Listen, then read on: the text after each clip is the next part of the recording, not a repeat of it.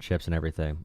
So our spending for infrastructure and manufacturing spending in America for like chips and batteries and all that kind of stuff actually went up by like 10 times what it was before Biden. So if you see companies moving here, there's a good chance that the policy Biden signed into law, the reason they're moving here is because they're going to get subsidies from the government and tax incentives to move their or to build those factories or the manufacturing or whatever else it is in America. That's all I'm saying with Biden. Just like when it comes to facts, I know we all care about facts and truth. That's how these businesses are making that move, and I just want to make sure everyone like we want to put the credit in the right person's hands, right? I don't want Trump to get credit for a policy Biden did. I don't want Biden to get a credit for a policy Trump did. So I think that matters to look at for these different cases. But also, like I said, look up the UPS, look up trucking. They're having big issues there. Yeah. Would you at least say that the border numbers coming down dramatically the way they have? Would you say that's a good thing or no? It depends what you mean by good thing. So, like immigrants in general have a really low crime rate. So it's a mass deportation will crash the economy. And immigrants help the economy a lot. So more people are probably going to die from the economy going down. So it depends what your goals are. Do you want America to be more homogenous and more white and less like less diverse? Then it is helping because I mean we're losing researchers and stuff too, and we're losing a lot of good stuff as well because ICE has no leash or anything. I don't think people want to come to America when we're doing what we're doing now and terrorizing people. So I don't know. Well, that will keep people from coming over here. But you Yeah. don't agree that allowing millions and millions of people to come over here is a problem? Just unvetted, unchecked. That's not a problem to you? So when we talk about what a problem is for immigration, we need to definitely increase the capacity of our immigration system and change what the laws are. But like Biden did not violate any laws in what he did. You can say Congress should have passed the law to make it better, or you could say executive order should have happened for different things. I think Biden should have definitely messaged harder on that and been more aggressive in solving the influx of immigrants. But the big thing I'm looking at is, when Trump says you have to be afraid, you might be murdered or raped or whatever in America, and Trump kind of says that all immigrants do that. It's just not true. Like immigrants have a very low crime rate, and I want Americans to understand that. And there's a reason, and this is one big thing about what people see in immigrants.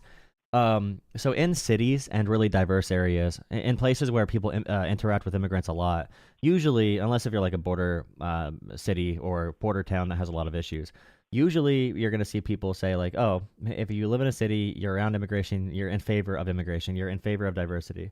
But then if you look at, for example, someone that lives in a rural area or an all-white suburban area, they're very anti-immigrant. So I think what we're having right now is a lot of culture clash and a lot of fear of immigration, not really talking about the actual, like, are immigrants good for the economy? Are they good for making our community safer? Should we deport someone who's in America for like 10 years, working hard, no crime? They have a family. They're a member of our community. Should we take away their working visa? I don't think so. I think it makes more sense to just have them pay taxes. So it's a really nuanced conversation. It's a complicated one. Yeah, it's definitely nuanced because even Obama, as many things as he messed up, he would never allow millions and millions of people to come into this country. And it's really not a defensible argument to say that, opening the border was a good idea or anything other than a horrible idea. A lot of these people don't want to assimilate to our way The of life. Biden was never opened. What'd you say? There was never an open border. So like you have to look at asylum law. So like Biden never made the border open, but there are ways to our asylum laws are very loose. So what that means pretty much is if you come to America, you can claim asylum whether you enter through a legal port of entry or not. So like, borders were never open. Policies were not changed under Biden. We just had a lot more people coming. Like Trump had more border crossings than Obama did, by the way, in general. All you got to do is look at the numbers, man. All you got to do is look at the numbers. No, you can't because you have to look at the actual, because they can count numbers in different ways. Like Obama counted, if you turn someone away at the border, Obama counted that for deportation sometimes. But again, Trump #1 had more border crossings than Obama did. So it is really complicated. Yeah, the way we have this conversation is not complicated enough, or it's not detailed enough. Well, there really shouldn't be no conversation to begin with. The border should be closed. Nobody should be coming over here unvetted because you have no clue. We have no idea who come over here, from where, or how many, or nothing. I can't believe you don't see a problem with that. No, I'm just saying that what you're saying is happening is not the thing, is not the problem here. Do you think do you think we should have less kids die in general in America? In general, yeah, I would say so. Okay, and do you know the number one cause of death for kids is gun violence? I would have to verify that, but yeah, I'm not aware of that. Gun violence? Yeah. My main question would be like, if kids die so much from gun violence, then we could just ban guns. It just makes sense. We could save more kids. No, because if you look at the places that do have strict gun laws, they tend to be the most unsafe places. So But that the obviously numbers doesn't say work. that. But the numbers say if you have zero guns, there can't be any shooting. So why don't we get rid of all guns? The numbers say that. We can just look at Well, the numbers and know yeah, that get rid of all. know that's Okay, so true. who's gonna follow those laws?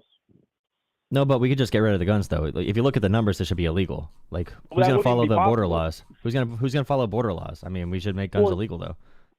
well, the border is something that we could actively stop, and You can it's stop obvious guns. that You could definitely stop guns. Australia did it. You can stop guns. If you look at the numbers, if you want to, you must not want to protect kids. Then, if you want kids to we die, have hundreds of you don't want to make guns illegal. That ship has sailed. If you wanted to do that, maybe that ship has sailed, bro. Well, we have so many immigrants crossing over the border that ship has sailed. We can't fix that. I mean, there's so many coming. There's so many immigrants coming. We might as well just let them come in. Though, so obviously you can do something about it. Well, no. I mean, you could do the same thing with guns. You could just get rid of all the guns. I mean, it's that easy. But that Just wouldn't make it even be safe. possible. You can put people on the border and stop the border invasion, but you can't just. There's How long do you already think the hundreds of border millions is? of guns in this How country. how long do you That think the ship has border sailed. is? How long do you think all America's borders The are? only thing you can do with guns is take them away from law-abiding citizens. That's all you can do. The criminals are still going to get them.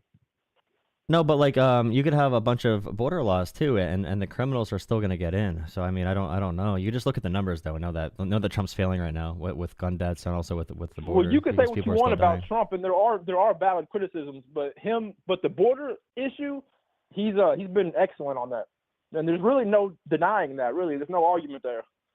But you act like you say that the border isn't even an issue for you. Like it's not No, a big deal. it is an issue, but when right wingers like make it their number one issue and they get paranoid about it, it's about fear and racism. 100% is because I mean, if there really because were, it's a pretty valid concern, man. It really is. But for most people, it's not. The people that care about it the most around me are suburbanites in Northeast Pennsylvania. So it's like they don't experience immigration at all. The big point is like if they think there's an invasion of America right now with deadly terrorists, then ICE would not be sending 20 people per college student that says something they don't like to take away their visas and detain them. If ICE really needed these resources to go after violent criminals, they would not be thought policing college students on student visas for saying something anti-Israel or pro-Palestine.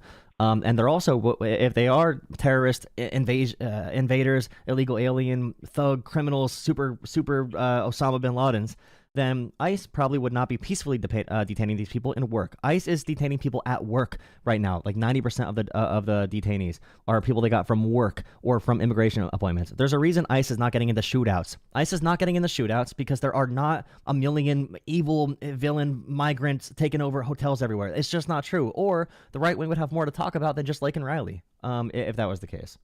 Like you have to just tell me, why are there no shootouts on TV? Why are there no shootouts at all? Well, it's because they're strategically getting them. Like, some people are getting caught at court or some people are getting caught, at work. Because, you don't want a shootout. But these are violent criminal terrorist invaders and terrorist cells coming from Venezuela working with the Venezuelan government to invade America. I mean, are they not ready for that? That's not debatable. That did Do you happen. think the MS-13 gang members go to court dates? Generally, no, they don't. But yeah, exactly. They have MS-13 all over their faces. They're proud of it. Most of them just evade. Most of them evade court. That's the problem. And you have to go find them. So. Well, why is ICE? My question is, why is ICE dedicating so many resources? Have you seen the videos of them with that one college student, that one girl that was like a doctoral student, the one woman, and like 6 ICE agents rolled up on her with masks on, and they had unmarked vans. Yeah. The whole college. I wish they would. Yeah, the whole college situation. I wish they would use those resources for other things.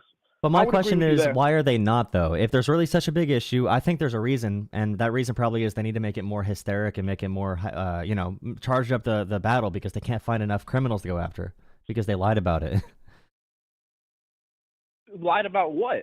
about how many criminals there are. Of course there's criminals. People like immigrants killed and raped people under Donald Trump too. But Republicans will use the death of Lincoln Riley for politics. Democrats are more decent, so they don't use the death of random people under Trump to say he's bad at immigration. Because they know that the world is not a utopia. And the big point here is that Trump made people afraid of a problem that was not as big as it is, as they think it is. But the Democrats will use emotional arguments though, and they'll talk about a little kid with cancer as if that's really who's getting deported, little kids with cancer. I mean, that has happened. They'll take one little instance and make it. There's many instances of that. There's a lot of kids with cancer I saw deported. But my main point is, again, like the reason Republicans are so afraid of immigration is because they're told to be. They're not at the border. They don't interact with immigrants that often. They might see a brown person every now and then, but they don't. Like if they had more examples, just like do you have do you share like what like geographical? You don't got to say state, but do you share what like geographical area you live in the U.S.? Yeah, I live in the South. Yeah. South. Okay. Do you live in a border state? No, but I live very close to a border state. Yeah. Okay. So like you said, the number one reason people voted is like the border. Yeah. More than you would realize. Yeah, I know, but like my main question for people, and I ask people this all the time. You might have stories and stuff. But what Trump said is essentially there's 20 million, which that's not the real number. I forget what it actually is, but he said there's 20 million people in our country. It's officially 10 million, they say. Yeah, he said there's 20 million illegal violent killers in America that should be deemed terrorists under the Alien Enemies Act, and we should be violating due process to take care of them, and we need to do it now. We need to violate due process because if we don't, then Americans are going to die. And my only question is, why are they, why are they spending so many resources going after speech and going after random families that have like businesses and random people at work? They detained and deported teachers and soccer players, professional soccer players, autism awareness advocates, with no due process because ICE agents looked at them and said they look like gang members because they're brown, they had an accent, and they had tattoos. Like they used a Real Madrid tattoo, like a soccer tattoo, and an autism awareness tattoo to detain and deport people. There's that one gay barber they deported with no actual cause because of a mom and dad tattoo. And these ICE agents, I'm sorry, they are scumbags. You have nothing to worry about. No, yeah, you do, because these people were not here illegally. That's the big thing. They were asylum seekers. They had court dates. They had court stays. No citizens are getting deported, man. I did not say citizen, but this is the issue, though, because Republicans, I say this all the time, and you prove it to me.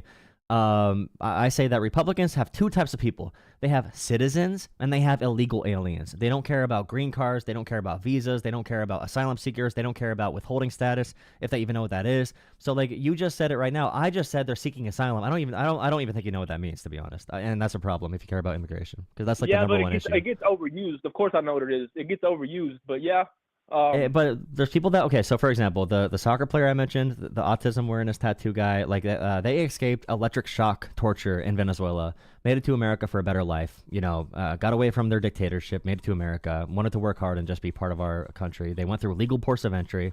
They did it the exact right way, every single step of the way, following U.S. law. And ICE agents did this to those people. And my main thing is Republicans just seem to not care, because if someone is not a citizen, they just call them illegal aliens. And these are innocent people who are due process being violated.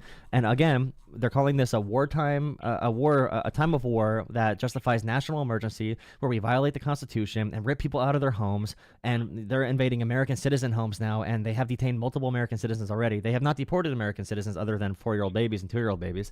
So they have some type of shield there. But the resources that are being used right now, and the news stories and the instances of crime that we see, do not line up at all with the ways with the way Republicans talk about the border. Like there's all these criminals in here. Trump said during the election, you can't walk outside without getting killed and raped if you're a woman. And if I don't win, all the brown people are going to invade your white suburbs. Like he's saying it over and over and over again, but the facts just don't support that. Being a reality is my only thing. Yeah, well, no, almost no other country on the earth would ever allow. I can't believe. Okay, so I can admit that they need to be off the college campuses. That's not the main issue. There's other things we need to worry about. But you can't seem to admit the obvious, that tens of millions of people flooding your country could be a problem. That's the thing, we don't even know. I already said that could be a problem. I said that could be a problem. But the things that conservatives cry about is like the New York hotel, for example. That's one of the biggest things they talk about, which are all people we track. We know who they are. We track them. So conservatives, I don't think they even care about that. But my main thing again, they need to go after college kids. They need to go after political opponents. They need to go after like random people that they can say are gang members, because I promise you, they cannot find enough criminal migrant gang members to keep up their wartime campaign. They need to cause more battles because they don't have all these illegal alien criminals to go after, and immigrants in general have a lower crime rate than American citizens. And that's why they're running out of people to go after, because they can't find any more criminals because they lied about what the actual crime rate is. Okay, so this is my big thing. You keep going back to, I don't think it's a problem to have like millions of people cross over with no way to identify them. And what I'm saying is, you can think that's a problem and also recognize that the idea that there's a bunch of like gang members and rapists and killers parading our streets and killing all the people and making the crime rate go up, and you can't walk outside anymore if there's immigrants around because you have to be scared. Those can both be like, you can say it's an issue to have millions of people coming over without, better immigration laws. And you can also say that Trump lied about the level of violence that America was facing from immigration.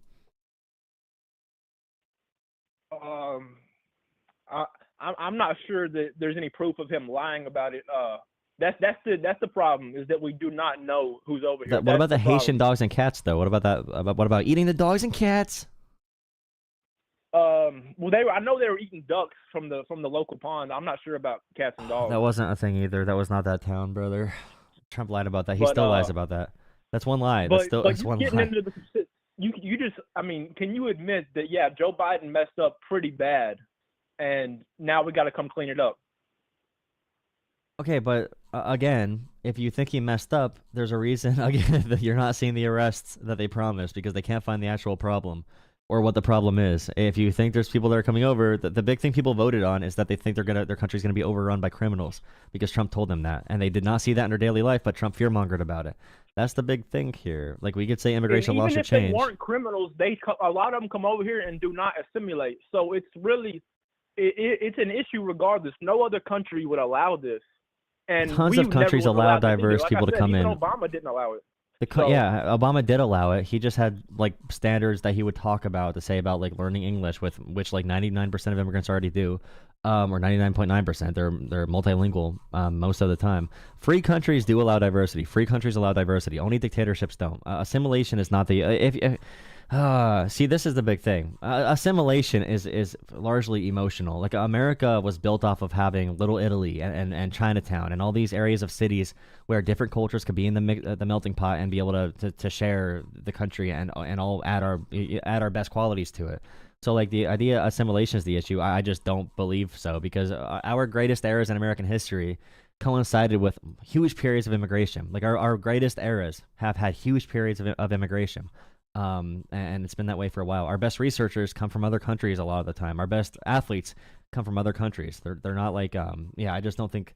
If anything, the assimilation is being made harder by people like Donald Trump lying about the black and brown people coming in from other countries, and white immigrants, by the way, because I know some Australians have been beat up by ICE, because ICE is a bunch of rabid dogs. But I don't know. I appreciate the conversation though, man. Yeah, man. I enjoyed talking to you, man. I'll let you end on whatever you want to end on. Yeah, so I just feel like these are 80-20, 70-30 issues. The whole transgender issue, these are losing issues for you guys. And if y'all continue to defend gang members, if y'all continue to defend transgenders, men and women's sports, y'all are going to lose again the next election, and probably the one after that. These are all nuanced issues, but the Democrat Party has gone so radical that any time that anyone in the Democrat Party veers off 1%, they get ostracized and they get pushed out of the party, like RFK, like Tulsi Gabbard, and others. Y'all are in a bad spot right now. That's why y'all's approval is so low. One thing though, do you think we're defending gang members, or are we defending people's rights because there's like 70% people with no criminal record being sent to a labor camp in El Salvador? What that will do is scare people from coming over here and maybe send some people back, because that's what needs to happen. No, but constitutional rights, okay? That's what we're the fighting for. We're not constitutional fighting rights for the for people. illegal We're fighting immigrants? for the rights. Yeah, there are. If you're a person in in America, because the whole part of our country, so like due process, for example, is a limit on government power. So we're saying, what standard does the government need to meet to enact state violence, to use the big government to move a human body into a prison camp in El Salvador or to any cell or to execute them or whatever. And if you're going to do that, then yeah, due process in the Constitution, it says every person is afforded due process. And it makes sense because why would we, if there's a tourist here from Europe, do they get no due process? Can our government just put them in jail forever? Like everyone gets due process in America, especially if the government's going to do like violence upon them. Immigration courts are different, but the El Salvador thing is a forced labor camp. And like the big thing is we are not defending gang members. Okay. We don't know who's gang members because Trump is putting them in a labor camp in El Salvador with no due process. We're defending constitutional rights. Well, all I know is this is a good way to make an example out of a few people, and maybe people will quit trying to come over here because ultimately that's what we need. We need to stop immigration altogether for a period of time and get some people out of here, and that way we know who's in our country. I mean, if we stop immigration, I'll just say, like, again, the constitutional rights are the big thing here. If you're against the Constitution, that's fine. You can have that opinion. Well, yeah, they disregarded our laws, so I don't think they deserve due process. They're not citizens, and okay, here's the danger, though. Okay, from your perspective, if the government can just say, for example, hey, that dude right there, that's an illegal terrorist. We're gonna put them in a cage. If the government said that to you and they want to put you in a van, what are you gonna say to them? I have an idea. So we're good. No, but you realize due process means they can just take you with no ID, right? That is due process if they look at your ID and can see who you are. Like that's part of due process. So like they can only know if you're an illegal immigrant if they do have due process, or they'd be deporting American citizens. Well, I can assure you they're not deporting American citizens. And if they did mess that up, then they would get it fixed. They have already detained American citizens, like probably hundreds of times across the country since Trump became president. You're going to make some mistakes over time. It's going to happen. It's not fine to break the Constitution to put people in jail with the big. You're just really in favor of like an authoritarian government, like a more violent, oppressive government because you think it'll turn out better. Well, but I'm just saying this shouldn't have to happen. Like crazy things. They call for crazy measures. Like this. No, but that's what like. So for example, if we talk about the Constitution, that's what protects us from having our rights violated, from the government infringing upon those rights. If you're gonna say that we're in a bad, if we're in a bad situation, or if you think there's an emergency, we should just throw away the Constitution.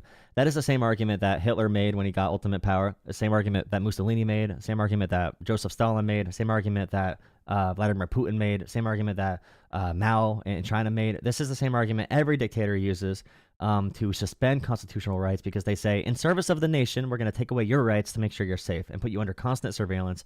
And I don't want a world where the government can crack down on people like that, because I'm pro-American freedom. And you are. I just want you to know you're anti the American project, because our founding fathers disagree with you. Our Supreme Court disagrees with you 9-0 right now. It's a heavy Supreme Court.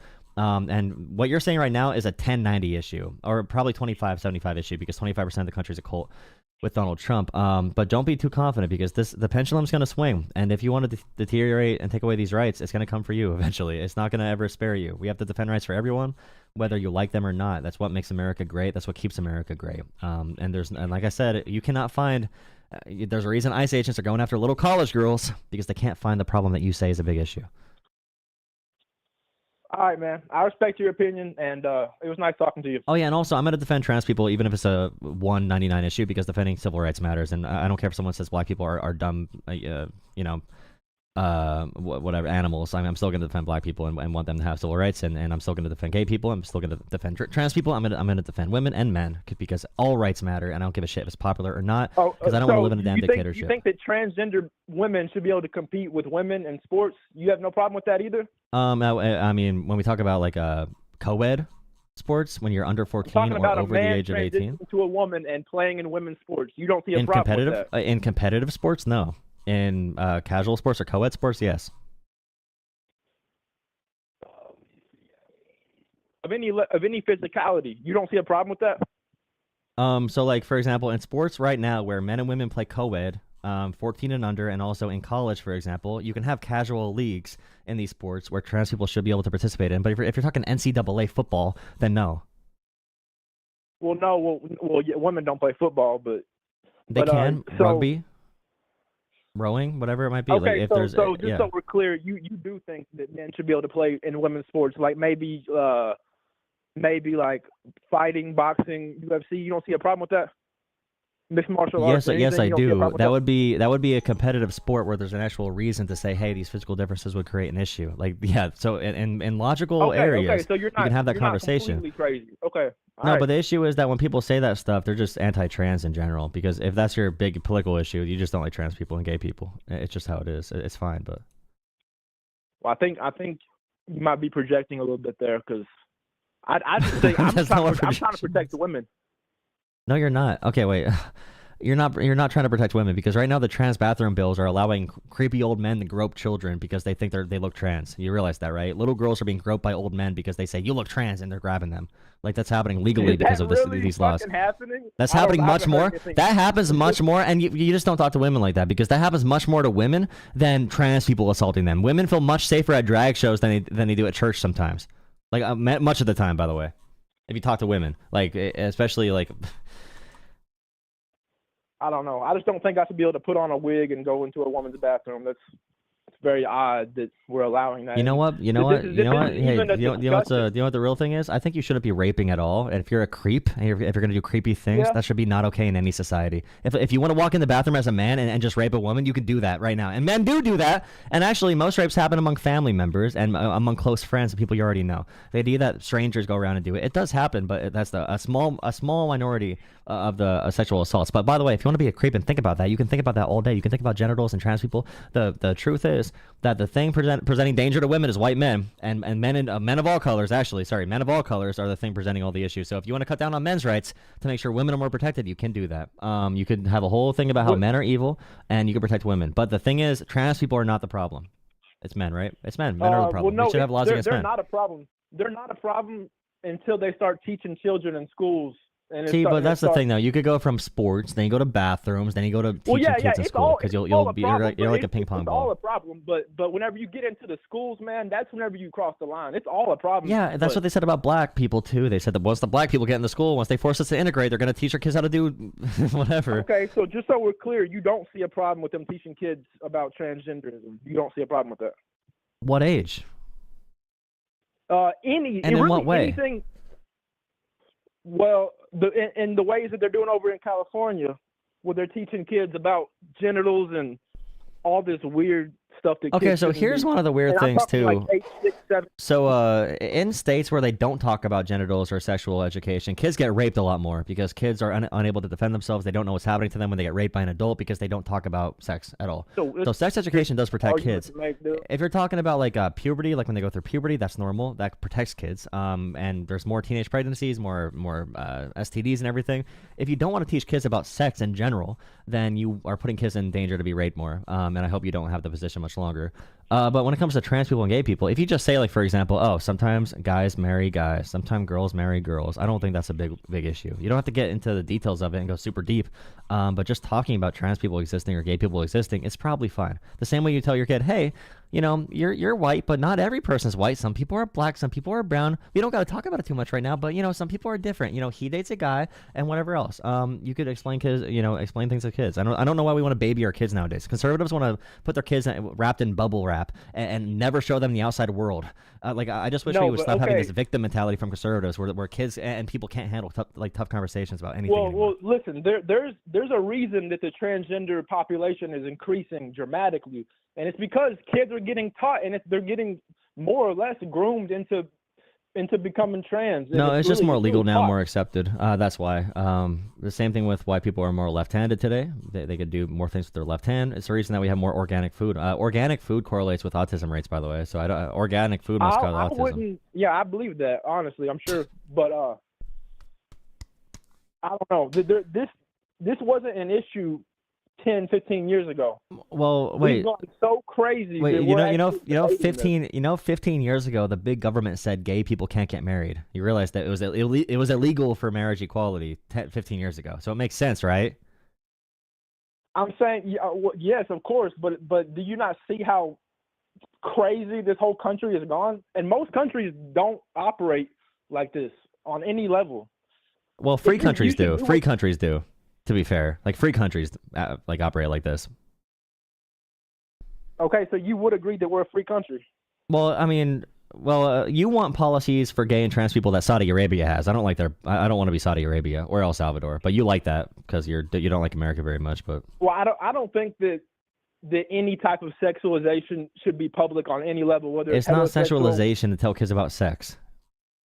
No, I'm talking about just like public displays of affection or anything of that level. I shouldn't have to see anything about you being gay, and my kids damn sure shouldn't have to see it. Because You kids seeing are very something, impressionable, man. And you there's a seeing reason gay things doesn't make you numbers gay. are rising, man. You seeing things that are gay does not make you gay. Well, obviously something's going on because these kids are getting. They're seeing here, stuff. And here's the big thing. If you're getting turned on looking at gay men kissing, then I think you should explore that to see if you're into it, because you must be very confused. No, honestly though, because most people that are not, the reason you think this is because you think everyone has the same feelings you do when you look at two men kissing because you get turned on. I don't feel that. So me seeing two gay men could not make me gay because I'm not gay, but you might be. I'm just saying. If you feel that way, if you feel like it can convince someone to be gay, I'm not. It's not a good one. I'm just saying you should explore that because you're making that argument because you see that when you see two men kiss, you're like, wow, this might turn me gay. But usually people aren't like that. But you might be in that category if you do feel that way. No, I'm just saying there should be the whole public displays of affection, whether it's heterosexual or homosexual. I don't want to see it, and yeah. No kids should we ban straight people from kissing in public? Why do you feel the need to go on the street talking about pride that you have in having sex with other men? Why is that something you feel the need to show everybody? It's because in multiple states it's illegal. And usually if your civil rights are taken by the government, you protest or you show displays of like pride for that's why, because if your rights are violated by the government, the same reason people say Black Lives Matter, or they had civil rights marches for in the 60s and all throughout the past whatever number of years, is because if the government oppresses you, it's good to get with people that share you, share your experiences to get out there and display that you are proud to be yourself. And the government says it's illegal to be you, and you want the government to say it's illegal to be them. So that's why they're protesting, because people like you want to make it illegal. So yeah, well, I don't want to make gay marriage illegal, but you have to draw the line somewhere. You do. You have to draw it. Are you just saying be tolerant of everything always, no matter what? There has to be a line somewhere. And I would say transgenderism getting taught in schools is that line. And you give what is transgenderism, and what study is that, and what do they teach in transgenderism class? No, there's not a transgenderism class, but you see, I can show you video after video after video after video of, and I can also show you the actual books over there in California where they're normalizing. They shouldn't be mentioning anything about transgenders to children, is my point, but they are. It's fine. Kids shouldn't know that that's Do you an think option. that they could tell kids about black people? Well, of course. Why? Being black is completely normal. Being transgender is not normal. Well, and there's a lot of people that don't think impressionable. it's normal to be black, right? Well, that's their Are you saying racism does not exist? People are born black. People are not born transgender. That's Who says? Wait, who says? Who says? Well, if you're denying that, then I don't know what to tell you, dude. Are you that lost? Well, how do you know? How do you know when someone becomes trans? You're born with one of two sexual organs. No, you aren't. No, you're not. Actually, there's a lot of people that have both, or there's a lot of people that have female chromosomes and they have male parts. We're going to talk about the anomalies. We're going to talk about the exceptions, which is like less than 1%. Yeah, they still exist. I mean, okay. No. Actually, no. Trans people. Wait, that's why trans people make up 1% of the population, because they are an exception. But it's still people that exists.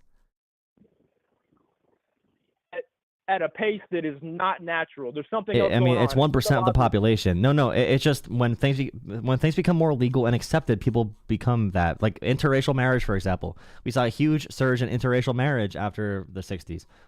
It was because it became more legal and more integrated in society. So like integration Well, yeah, I guess so. I guess if it does cause more people to be transgender, then maybe it shouldn't be legal. If that's really the only reason. It's not the only reason. These kids are getting taught about this stuff, and they're highly impressionable. And I've seen it with my own eyes. Kids that were completely normal at 8 or 9 talking about they want to change genders. There's nothing normal about that, and it's taught. They're not born that way. It's taught. All I can say is, if you think you can be taught to be gay, then you should teach yourself to not be gay and teach your kids to not be gay. Because apparently you can control that, and there's nothing else that can control anything. But like, do you know that biologically there's like 30 something sexes, like scientifically? I don't usually go into this because it doesn't matter. But like, do you know? I don't know. I don't know all of them. I can name this. There's a couple syndromes where you have XXY chromosome, or you have like XY chromosome, but you show XX. You show the genitals from different sexes. They're intersex. There's a bunch of different mixes where you have different hormones and chemicals and genetic makeups where someone's going to be somewhere in between male and female biologically. And also brains can be that way too. Because, you know, why do you have nipples, by the way? Why do I have nipples? Yeah. Let's hear it. I don't know. Why do you have nipples, guess? I don't know. Why do I have nipples? Do you want to know why you have nipples? Let's hear it. Let's hear your theory. And this is why we got to teach kids about science because, okay, so men have nipples because humans develop in the womb, inside the woman. In early fetal development, the first 6 weeks, all embryos are female. By the way, the first 6 weeks of your development, you were a female, and nipples form during this stage before the Y chromosome actually kicks in, and different hormones and chemicals are produced, like testosterone, for example, and that chemical or hormone will make your body develop in different ways in the womb. So we all start off as women the first 6 weeks. So we have on our body nipples, which are for women, on our bodies because we share in the complicated biological process. We share these nipples with women because of that. So do you think there's any chance that we share other things with women, or some of us do, in that complicated process? Well, yeah, of course. We're very similar. I mean, we're human. We do share a lot of qualities for sure. But at the end of the day, the government should acknowledge two genders. And even if there are exceptions, those exceptions are so low that they should not be recognized and become mainstream. Is my point. See, when you so you said there's 30 something different sexes. Is that what you said? Yeah, biologically, without getting into gender, there's a lot of them. Without getting into gender. Yeah. How many genders are there? I mean, I would say I accept currently male, female, and non-binary as my three genders, my three gender choices. Brother, the answer depends a bit on whether you're asking from a biological, medical, or social, You've cultural. been indoctrinated, and it's really sad because No, I just understand things about the world. You don't care about them. You're afraid. You're just a really really scared person. You've been very, very feminized. No, you're a very scared person. No, you're a scared person. You have nipples. You're literally a woman. You have nipples right now. You have nipples. Women have nipples. Why do you have nipples? And you like men too? Like it's just weird. That's such a dumb. You literally have nipples, bro. Why do you have nipples? Are you a woman? You must be a woman if you cut them off. Cut your nipples off if you're really dedicated to the cause. Cut your nipples off. You're trans. Why are you trans right now, bro? I can tell you think you lost because you're making stupid arguments. It's not even an argument. You've been stupid the entire actually. Conversation. You want to take away civil rights. You want to take away the Constitution. You literally said earlier you want to violate the Constitution because you think a national emergency is there because you're brain dead and you're paranoid and you're literally just like a very weak person. You don't want to actually solve problems. So you want to throw the whole Constitution out because you have no ability to actually resolve those problems. You want to hide from them. Call in again sometime when you have actual facts on your side. We can go through them. But if you want to take away civil rights from people and constitutional rights, you should have a high barrier for that because if not, it's going to come for you too. And you just don't give a crap because you want to be a little dumb trans boy because you have nipples. You remember you have look in the mirror. Look in the mirror. You have nipples. You have nipples. You literally have nipples and a very tiny. Okay.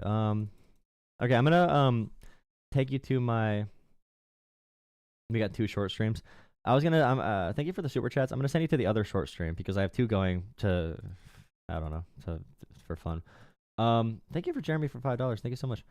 Please educating Trump supporters. Keep educating Trump supporters who are brainwashed by disinformation Trump propaganda. Thank you, Jeremy. Thank you, Jeremy. Over 200 school shootings in Texas alone each year. Thank you, Jeremy, for $2. $5, Jeremy. Thank you for $12, Jeremy. The caller's IQ is falling faster than the stock market. LOL, bro's brain is completely cooked. Thanks to Fox News and Trump. Truly sad and pathetic. I don't know, dude. He's got to go try men, apparently. I'm gonna send you guys to the other YouTube shorts. I'm gonna send you over there right now. I'm gonna go watch the other YouTube short. I have 2 up right now, so see you guys there.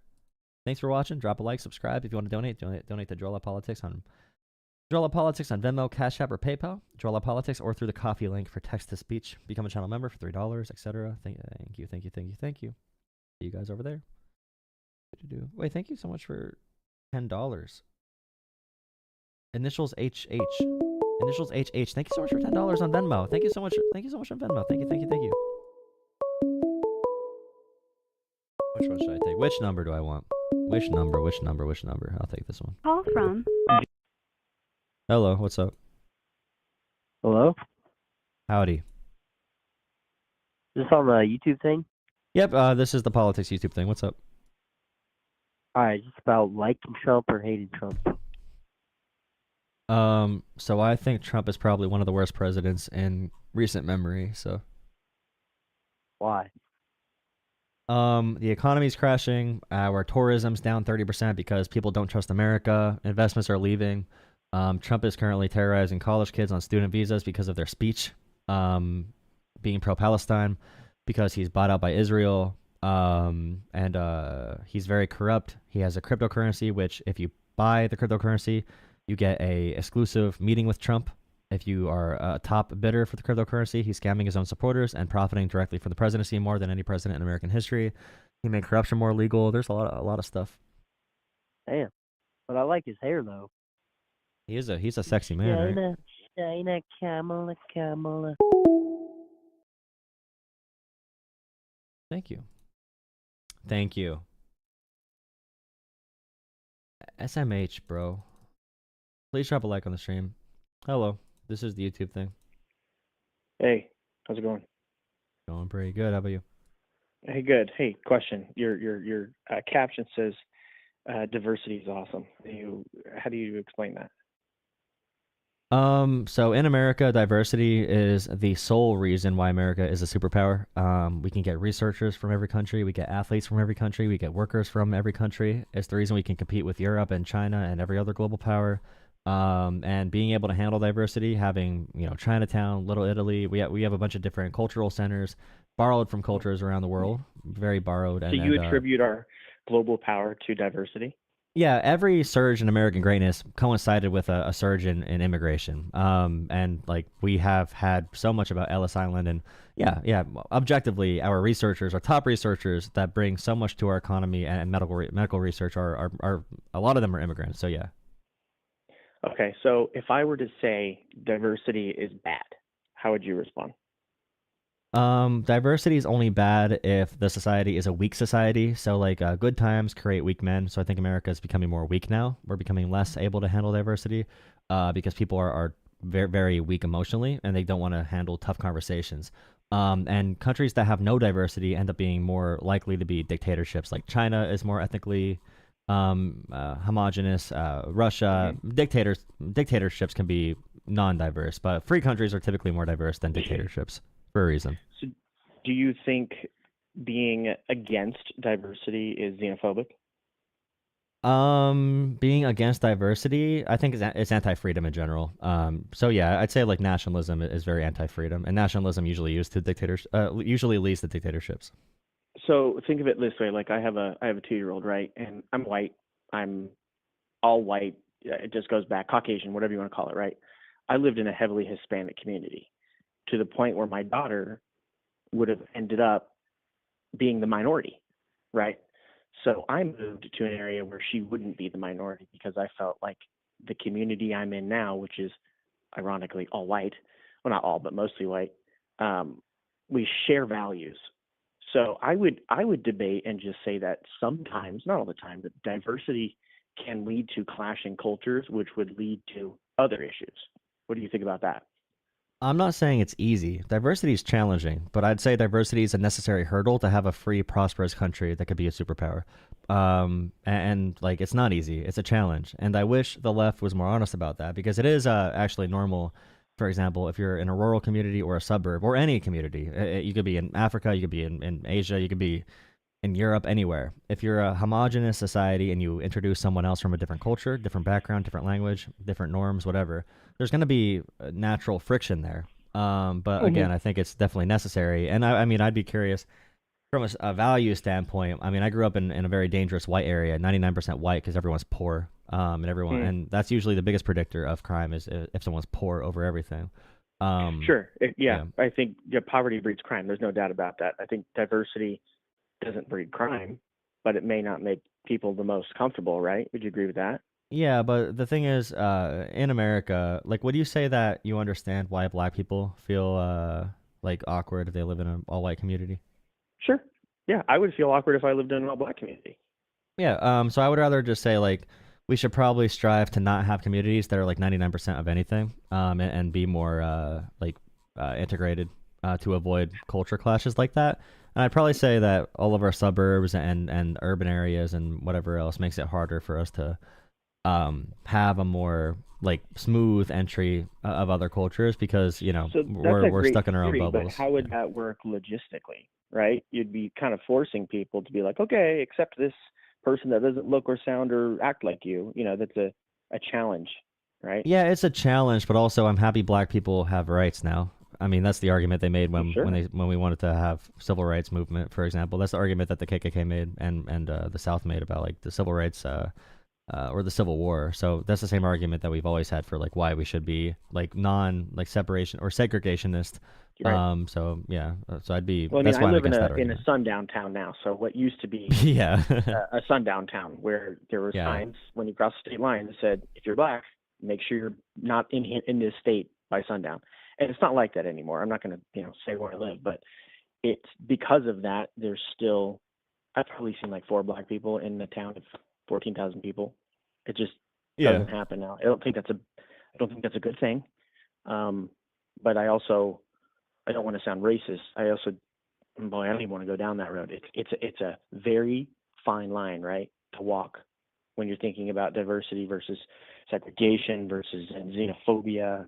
Sure. And this is actually really and I will give you tons of credit here. I'm definitely a different kind of liberal or progressive or whatever the label is for what I believe.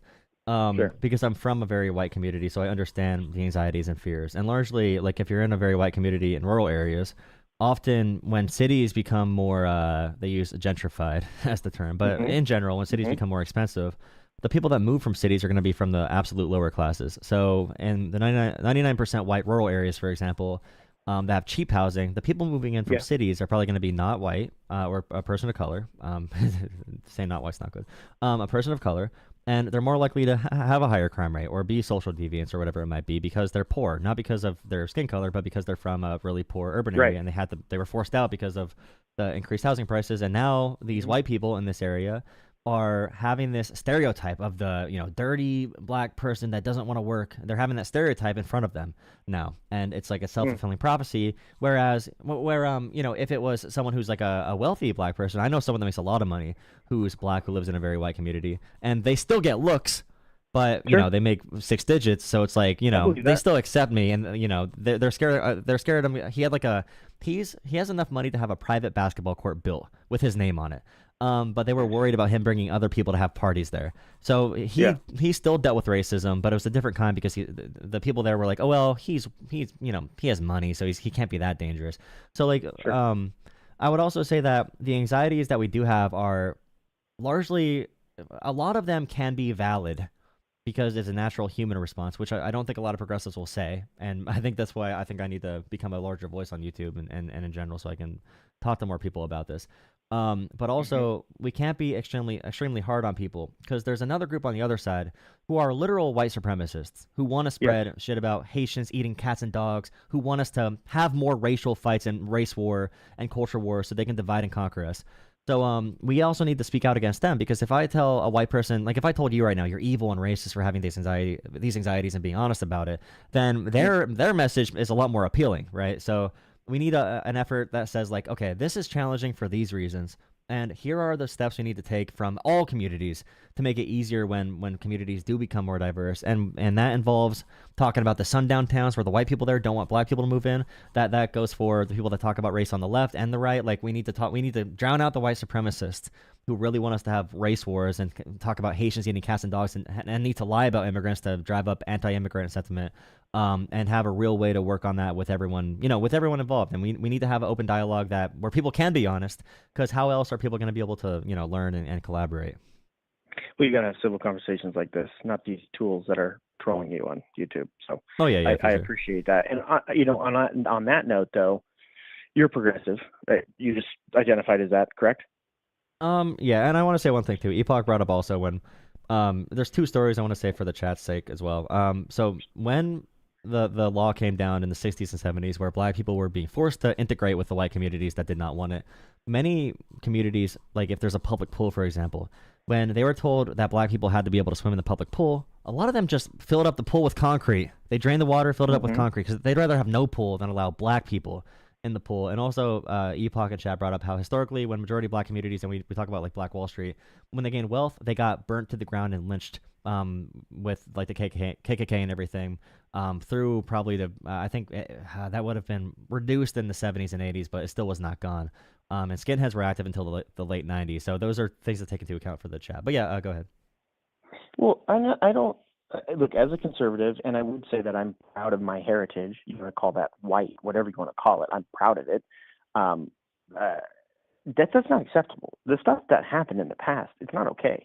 And any conservative that disagrees with that says, no, it's okay, we should have lynched black people, you're just screwed up in the head. Like, there's really no saving you at that point, right? You have someone that's that filled with hate. Well, here's the extension of that, though. The idea for that would be the individuals that wanted to continue killing black people and segregating society, those same people are alive today. MLK should still be alive if he lived until like 80-something. Sure. And also, like, the people that wanted that to happen, their kids and their grandkids are alive today. And that never died. They just became minorities in society. But I'd say that right now, those are the people that are the white supremacists trying to make us have race wars all the time. Whenever there's a crime that's like black on white, white on black, whatever it is, they want to make it political. And I definitely think the left made some situations a little bit over political. Not all of them. There's a few I could probably agree with for certain situations. I don't want to get too into that, but yeah, it is important to realize like those people that wanted that are still alive and kicking and still voting and everything.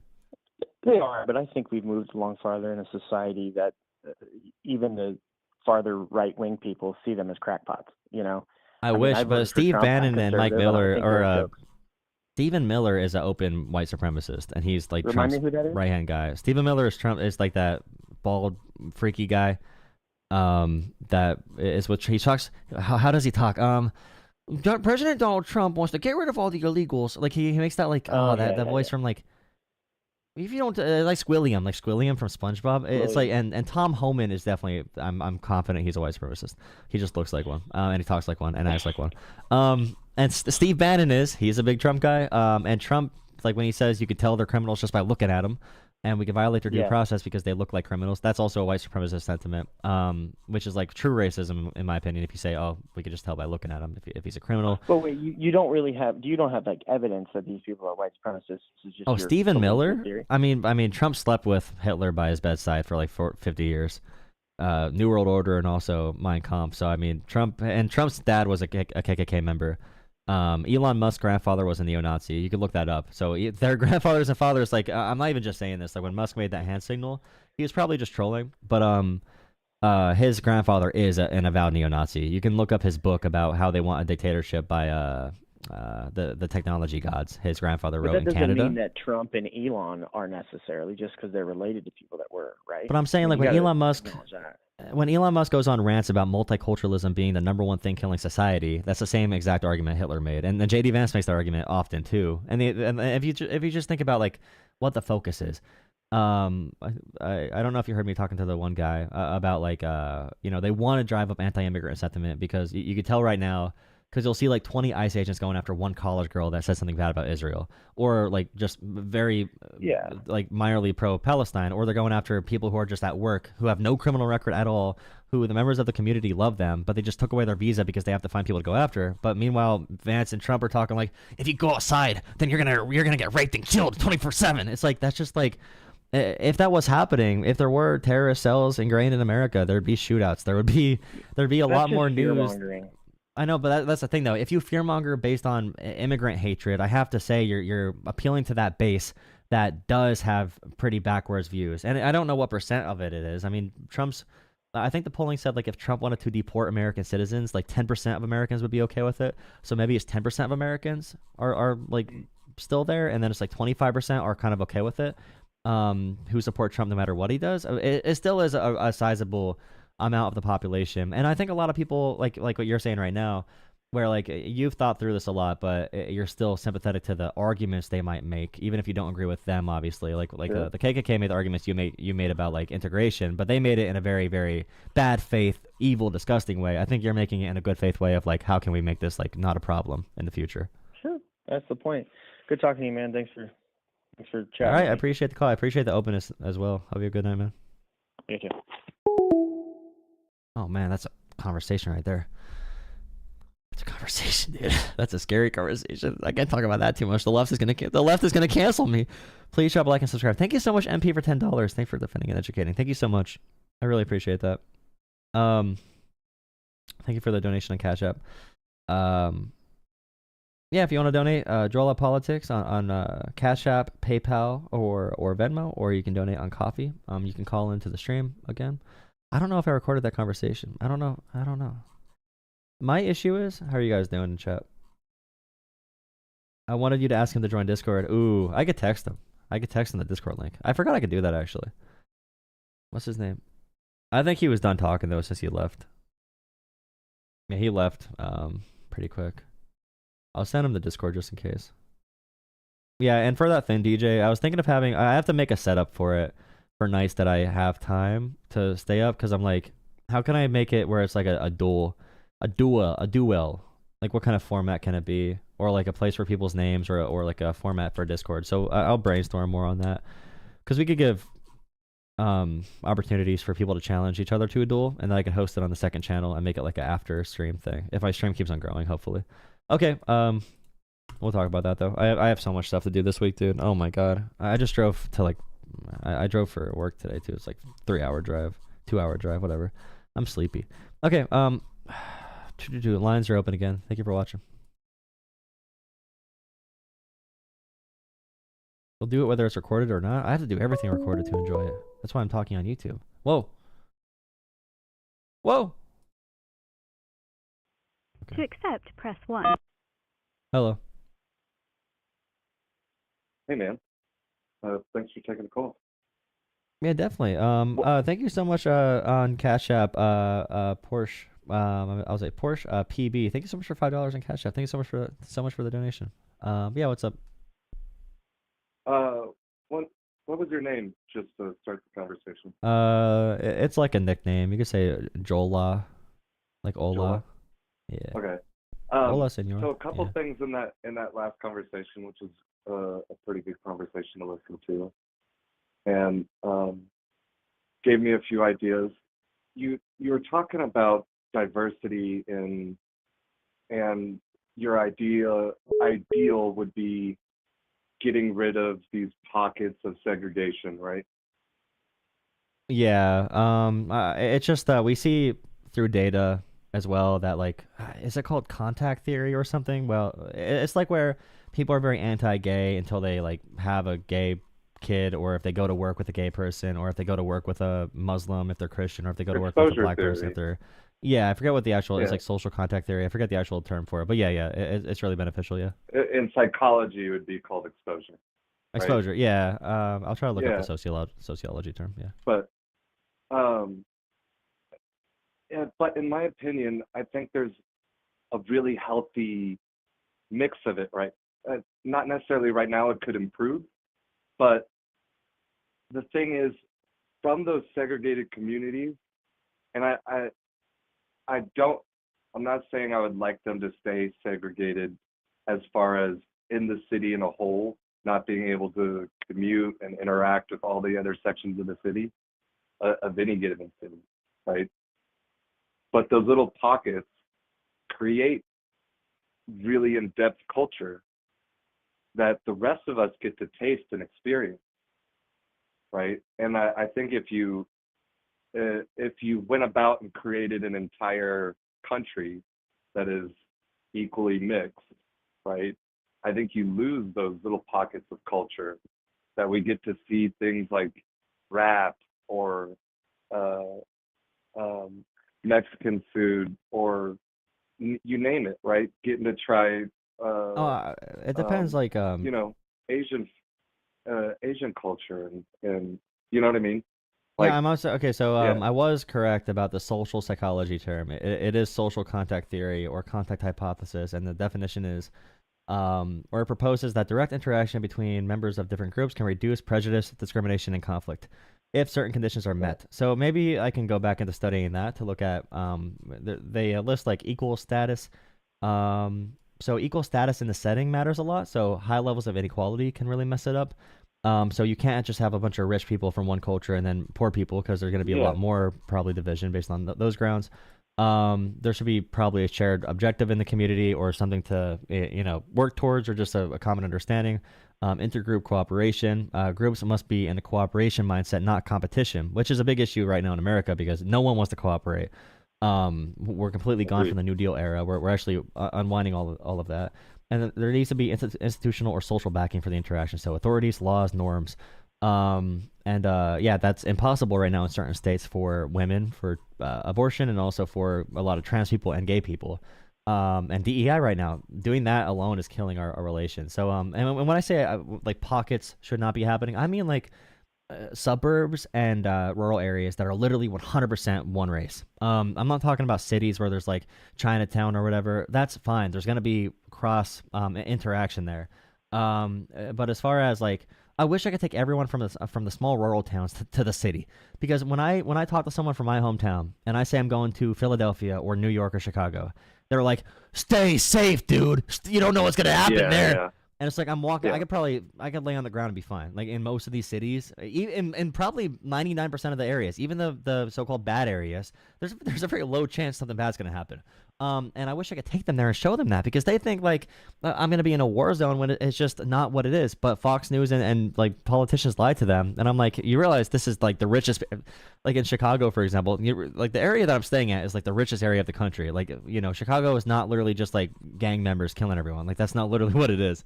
So I wish they could see different sides of it, but we don't have public transport, and we don't have trains, and it makes it hard to tell someone to go to a city if they're afraid of it. So. I agree with you on that, and I think it's healthy for a city to have those little pockets, and I agree with you. These suburbs that are completely, for the most part, you have the occasional sprinkles in of other races, but a lot of these suburbs, especially in cities in the Midwest, and I've traveled all over the country, and you see it everywhere, but at the same time, I don't think the people that are from the inner cities have much exposure to what that suburban life is like, and even how to transition to that if you wanted to. And you know what I mean? It's not like it's illegal anymore. I understand that it was at one point, but that exposure theory goes both ways. You know what I mean? Well, yeah, I mean, and I completely agree to increasing public transit and making those little sections and pockets of culture more integrated and able to commute and interact with many other parts of the city better. You know what I mean? Yeah, and I mean, there should be more transportation. I mean, until America understands that we're in this together, and there's things right now happening where it's like we're anti-immigration, we're anti-public education, we're anti-public infrastructure, public transport. Americans right now, largely, even on the liberal side, are anti things that built America, that made America great, or our ability to build rail and highway systems early. Like the reason that China's so advanced right now is because they're going through that right now, and we're on the decline. We are declining. Our highway system was futuristic when we actually built it. Now China's is futuristic because they built it before. So we need to have a radical look at how we can invest in our societies and become, make it easier to do this. But like, we're never going to be able to do communities that are more welcoming to that if we can't even talk to our neighbors. Like, people don't even go outside anymore. It's really sad. And the boomers are just as bad as the Gen Zers. I mean, the Gen Zers are probably better at this point. a lot of the new age ones. It depends though. The iPad kids. A complete investment in new infrastructure would do wonders for this country.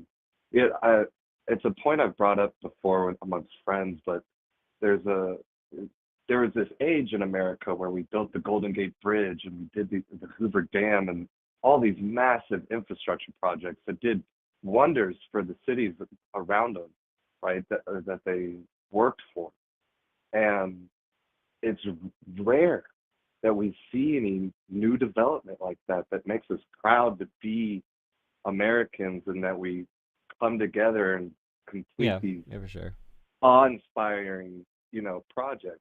Yeah, and I'll just say I appreciate the call, and the last thing I'll say, like right now we have an issue as well where the homeowners or the renters or whatever, they get mad when there's kids. They don't want to spend 5 pennies from their tax dollars to make sure there's nice basketball hoops at the playground and a place for kids to play. They get mad if the kids are outside in the street throwing the ball. They get mad if the kids are making noise outside. They get mad if the kids are outside talking to each other. They get mad about everything. Like, everyone's so isolated and their doors are closed. They all have security systems up.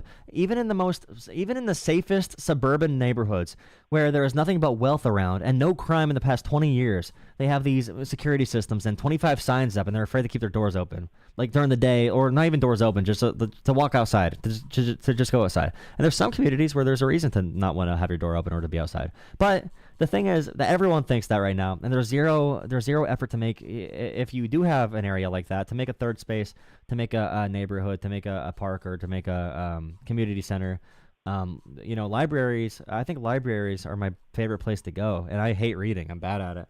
But I love libraries because there's people there. It's not for profit. No one's rushing around trying to get a new rush or whatever. Everyone's just doing a thing that the community invested in to make everything better for each other. There's people using the internet. There's people using the books. There's people using the resources to get pictures for identification. Like, it's so nice to have public goods. It feels so good to have a society that invests, where we can invest in each other rather than just buy our own little houses and get 25 flat screens and all these consumer products that make us more depressed. It's just such a sad development where we're going.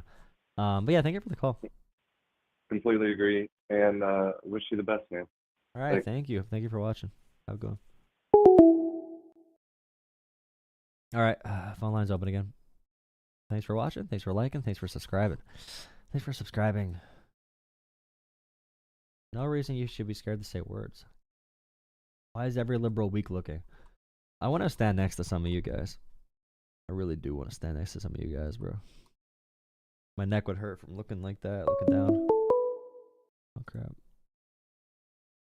Okay, phone lines are open again. I'm not answering you if you don't have any caller ID, by the way, or if you don't show your phone number.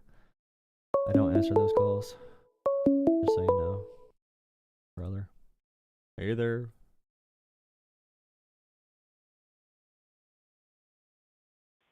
Hello? Yo. What's up? I can't even see the damn YouTube anymore. I don't even know what this said. It doesn't even sound like you. What's up, man? Who is this? This is the Jolah Talks Politics. Damn, I wish I could watch the video because it doesn't sound like you. So what's up? I saw you talking about nipples and all this other stupid shit. The last stream.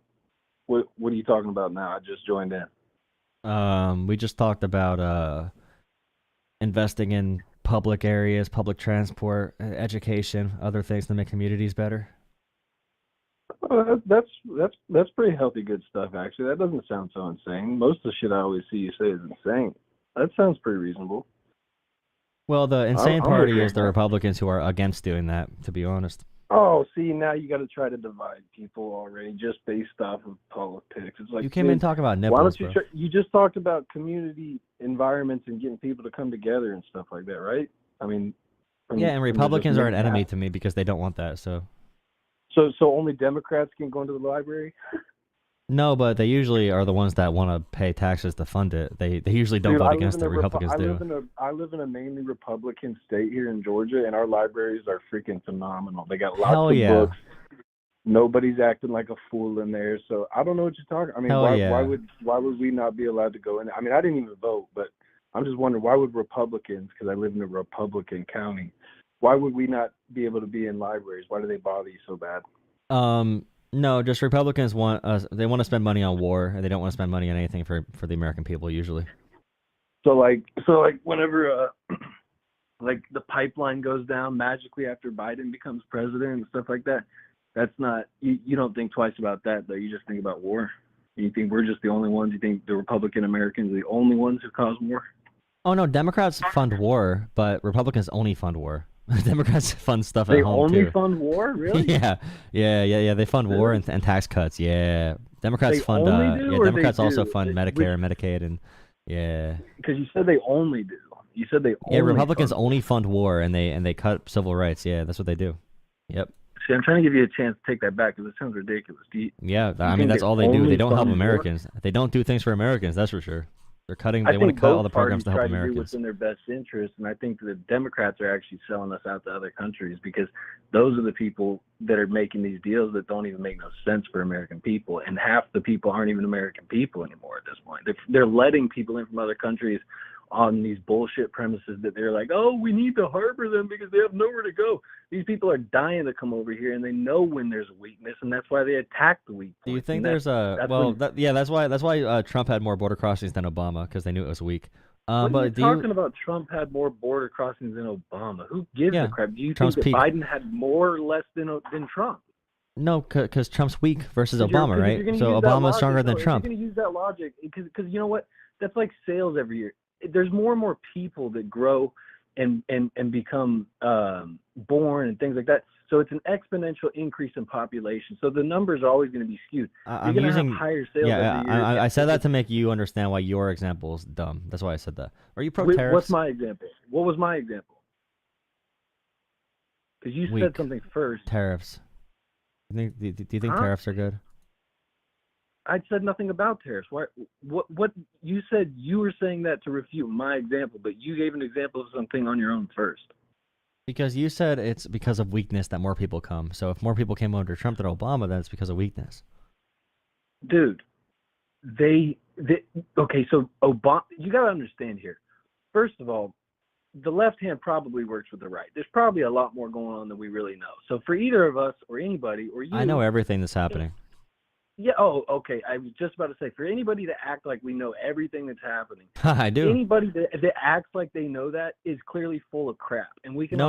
I don't act like that. Maybe I explain it too. So do you just troll? Are you just like a troll? No, but you could ask me. You could ask me, what do you mean? But you don't ask questions, and you don't care about like being right about things. I just asked you. I could explain it to you. Are you a troll, or do you do this for fun? Like I'm asking you a question right now. No, because you don't understand what I do to make sure I have good information. You just think I'm a troll because you think having good information is trolling because you don't know how to do it. No, we can get there. It's a simple question, yes or no. It's a yes or no. Are you a troll? Like, do you? Are you gonna ask me a real question about what I know about this stuff, or do you just want to keep on saying if I'm a troll or not? Because you're trolling doing that. What makes the question real? What makes the question real?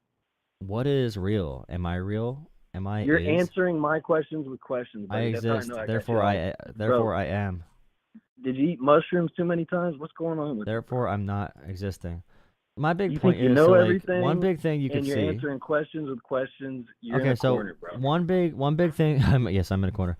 One big thing that you could look at, for example, is the budgets. So the revenue taken in and the budgets and what the budgets actually do, what they say, and like where the money goes. So all that Democrats, money that they were giving to other countries for the past 4 years, you think that budget and all that stuff, all looking where the money's going, you think that's actually helping Americans? Well, foreign aid is less than 1% of the budget. It's less than 1%, so that's not really that interesting. That's because they don't label all the foreign aid as foreign aid. Did you see what Elon Musk did? I'm not like some big Elon dick sucker. Elon Musk lies about a lot of things. Like he says there's people that are dead getting Social Security, for example. I don't think he's lying about that because there's data to prove it. You just don't look that way because, like you said, you don't even like Republicans and you don't even want them. I love some Republicans. Musk is not a Republican. He's literally just a said, bro, earlier. What did you say at the beginning of this phone call? See, like the thing is, you're talking like a podcaster. I'm talking like someone who knows what they're talking about. That's the issue. We're not gonna have a good conversation. I'm talking to you from the freaking comfort of my apartment. No. You're talking about Elon Musk. You're citing Elon Musk and what he said because you don't know what to say. Like, make a point by yourself. I brought make it a point up, by yourself. No, make an argument by yourself. Okay, bring up what he said. Rephrase what he said in your own big boy words. Rephrase what Musk said in your own big boy words. I don't care about Elon Musk. I'm talking to you. Bro, first of all, If you well, my mom said I'm a big boy. I don't care what your mom said. Tell me why you're a big boy. Bro, how old are you? I'm probably older than you. You fucking dweeb. You're a boob. Doesn't matter how old I am. Doesn't matter how old I am. Doesn't matter how old I am. You don't know what you're saying. Everybody has nipples. Wow, you're making the funny voice now. Can you just make a point without citing Elon Musk? And you're stand on your own 2 feet, brother. About boys, and you had a traumatic childhood. And you got fucking raped. I wish. It's all good, bro. Dude, you people are so weird. Republicans fantasize about genitals 24/7. You prove me right every time, brother. You're literally the one on YouTube talking about nipples, trying to use you called me. You saw me talk about nipples and called because I talked about nipples. You got excited. YouTube for fun. You're so emotional. It sounds like you're having lots of fun, buddy. You're the one having fun right now. Oh, that's a forced laugh. That's what that is. You're not trying to do this little weird, like, fucking reverse psychology. Like, oh, he says he's having fun. It's an actual laugh. You're that stupid sounding. Bro, you sound that dumb. You're a funny guy. Bro, you try to act like I'm younger than you. How old are you? I never said you're younger than me. I just said that you should talk with like a man. You're like, my mom said. No, it's because you had to talk about Elon Musk. You can make a point by yourself, is what I'm saying. Make your own points. Where the fuck does my mom come into this conversation? She doesn't. I just said you should make your own points. What do you mean she doesn't? Your stupid ass just brought her up. So how does she not come into the conversation when you bring her up? You're like, my mom said this. I was making a point that you couldn't. Be a kid. Oh, go to bed. It's your bedtime. Why don't you read a book that's not fucking written by some fucking communist or fascist and actually go out and touch some fucking grass somewhere else than all right, so I have because clearly you live in New York or something. Okay, so I was reading Capitalism and Freedom by Milton Friedman. Taking free money. I was reading Capitalism and Freedom by Milton Friedman. He's a libertarian, a classical conservative just like you were doing to me. It's cool. I have Adam Smith, Wealth of Nations. He also like made capitalism, by the way. And I also have Basic Economics by Thomas Sowell, a conservative influencer. So I do read books, and they're not by... just because you have them doesn't mean you read them, and just because you read them doesn't mean I give a fuck. My whole point is you need to research this a little bit more and have an open mind because you are closed-minded. So here's the thing, though. To start the conversation. I can talk with my own words. You need to talk about someone else to do words for you because you can't do good words. You have to talk... Mommy, help me! Elon Musk, help me! Trump... Bro, Elon Musk... Okay, so like... Let me... Okay, you... Good job! You're projecting so much onto me. I know you had a tough childhood. Okay, so what I said was essentially, okay, what I was trying to say is, when I ask you a question, if you have issues with your mother, I'm sorry. I don't want to talk about your damn mom. Okay, No, that's what I'm saying, because I don't have issues. I think you have issues with your mother, and that's why you're saying that. You're the one bringing this up. You're like, mommy, nanny. It's like, dude, I'm 28 years old. None of this my mom told me. If anybody told me it was my dad, you idiot, you fucking retard. You have a dad? Maybe that's why you think your nipples mean you're a female. You gotta get some help. Okay, so the point I was making is I asked you a question. I asked you a question real quick. I asked you a question, and you could not respond without saying... Go ahead. I'll give you the grace, but if you can just shut up for 5 seconds so we can get on the same wavelength for a second. Ask me a question. Go ahead. I ask you, for example, like... something about a budget, and you say, well, Elon Musk said, or Donald Trump said, they had the facts. When I ask you a question, I want you to respond. I don't want you to say, like, bro, I'm not going to tell you, like... No, first of all, you didn't ask me a question. You started to fire off at the hip with all sorts of shit. Ask me a specific question about some specific budget, but I'm just going to let you know right now, I don't know the very details of every single dollar that goes wherever it goes and all that shit in the government. Do you think you do?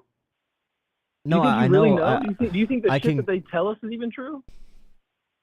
I look up the budgets myself, and I can see the expenditures from the Treasury. We could look this up, okay? And we know that Musk is lying because of those facts. And Musk is lying about, like, for example, dead people getting Social Security. So Musk is the only liar.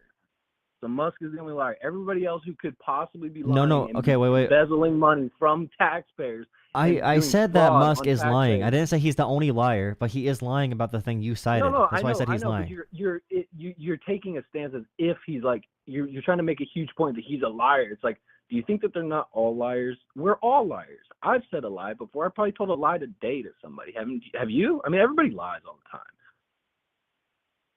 I'm talking about like one topic though. Like Musk is lying about the Social Security and about the budgets. Like that's the big thing here.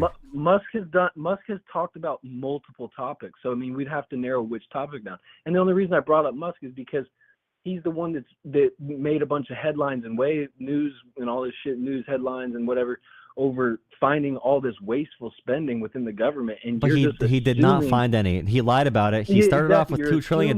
He's a liar. Okay, he started off with $2 trillion. I did do the work myself. We don't have the capacity to do. Just because you're stupid doesn't mean we are. Go do work and get smarter. I can tell you right now if you stop interrupting me. But just because you're a dumbass with all these insecurities. See, go back and listen to the. Okay, someone else call in. You started the he's a child. You started the interruptions. Mommy, make a point for me. Mommy, Elon Musk, make a point for me. Daddy Trump, make a point for me, my leaders.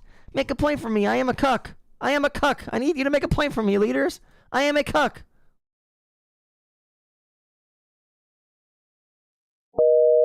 Whoa. If you're watching, please drop a like and hit subscribe. We do live call-in shows most nights of the week.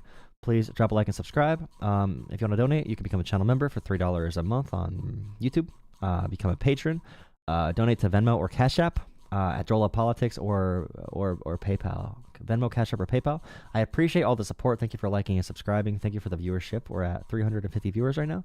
Really appreciate you all. Y'all. I'll take probably one or two more callers. But yeah, thank you for the call. I'm not taking calls if there's no phone number displayed. I'm not taking unknown calls. I'm sorry.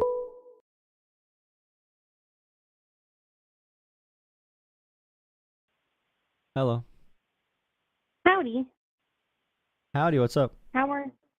I am calling in because I am a biologist and an educator. I've been in the chat for like a little bit here, and I saw your diversity is awesome banner, and I just kind of wanted to chat about that if you were willing to do so. Yeah, sure. What part about that? So, I wanted to talk about how there's a handful of people in the chat here who don't seem to understand the difference between gender and sex. I would assume that you're familiar with the diverse definition for either of them. Yeah, so usually we'd say sex for what I would use is for strictly biological discussion. So like a doctor would ask a trans person, for example, sex versus gender for treatments, or we'd say sex in a biological discussion, but then gender is something that humans created to mean something, because like dogs don't really have genders where they like pink or blue or have gender norms, like sociology versus biology. Yeah. I kind of wanted to just really call in to kind of really discuss that and maybe somewhat educate some friends who may be on other sides of the aisle, or even same side even, who just are completely unaware. And a lot of them, I saw the one of the parts of the captions or forever was something about Charlie Kirk, and I often get clips of him asking anybody like the "what is a woman" question, and it really at the end of the day, the question should be, at the end of it, should be with zero exceptions. Just because that someone would say, well, what is a woman? And they can name all these things that say are like biologically inherent, perhaps anyway. Again, there are people who do not have, I'm not sure that many people know this, a decent amount of people who have a general understanding of biology do. But there's more than just XX and XY. For example, I do have a friend who loves duck hunting, and he lives out in the Midwest, and he has Klinefelter syndrome, I believe, and it's being omitted from my brain right now, but it's essentially somebody who does not have XX or XY, and they have like elongated fingers and phalanges and limbs, but in every other sense, they, are a man, they're masculine and go duck hunting, like I said, but he doesn't have XY. I believe it's XYY. I could be wrong. It could be XXY. But yeah, I kind of wanted to put that in front of people, and kind of also give you an opportunity to kind of discuss what your maybe understanding is, or even, I guess, ask me if you wanted to, something that you're curious about, I guess, on that end of the, I wouldn't say spectrum, because, chromosomal, when you're talking about X's and Y's. These are chromosomal items here. But yeah, the define a woman really needs to be like with zero exceptions, because me as a woman, and I've noticed very few women actually call into these things, I'm not defined by the presence of my uterus. There's women who've had cervical cancer and have had their, a hysterectomy, or breast cancer and they've had double mastectomies. They don't have definitely. breasts any longer. So does that, negate the fact that they're a woman because they've been, forced into, or whatever it may be, they don't have. I would definitely say as well. So my job that I like to do, and I do have my master's in like public policy, so I don't have any direct political communications like qualifications, but I do a lot of that. That's what I focus on. And obviously having a relatively successful channel and all that kind of stuff, and I love public speaking, so I try to talk about these terms in a way that people can understand. And obviously when they say like, what is a woman, they're trying to get people to see things in a common sense way. And whenever they say common sense to them means don't think at all, whatever your first animal intuition, by animal I mean the primitive part of your brains, whatever that thinks about this. Are you afraid of it? Is it fire to you? Are you afraid of fire? Do you understand it? And they want you to say, oh, what is a woman? And shut off your critical thinking at that point. But obviously throughout a lot of time, man and woman, the words man and woman were probably made I'd probably say 200 something years ago. We had a bunch of different words for men and women in the English language. We had a concept of men and women before we had like colors associated, because there weren't really like pink or blue, obviously, when in the early civilizations and colonies and everything. And a lot of these gender things come later. We did not know what chromosomes were hundreds of years ago. We did not know that. We did not know the complexities of chromosomes or which chromosome was which, even when we found chromosomes. And there's so much there.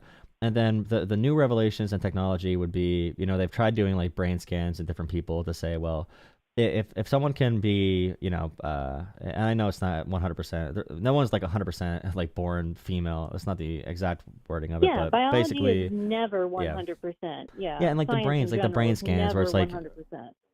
Like the certain parts of your brain and like trans people could be larger or smaller, and there's not 100% one-to-one for someone who has like gender dysphoria, but they have done brain scans where you can see like brain sizes in different areas can show more masculine or feminine traits. And I brought up how like men have nipples for that reason, and there's a lot of physical features we share from men and women. And there's I think the last time I checked, it was over 20 or 30 biological sexes that are recorded as actual like diagnoses, I guess, with different makeups and different chemicals and hormones. And it's all just so complicated. But the conservatives politically thrive in a very simplified pattern of thinking, and they'll just fall back to like like you said, if a woman goes through menopause, or if she has another thing happen where she cannot give birth or does not have a womb or breast, or right now the anti-trans bills are being used by creepy old men to go grope girls that they say have broad shoulders that are associated with masculine qualities, or they are athletic, or just because they want to say, oh, that girl looks trans,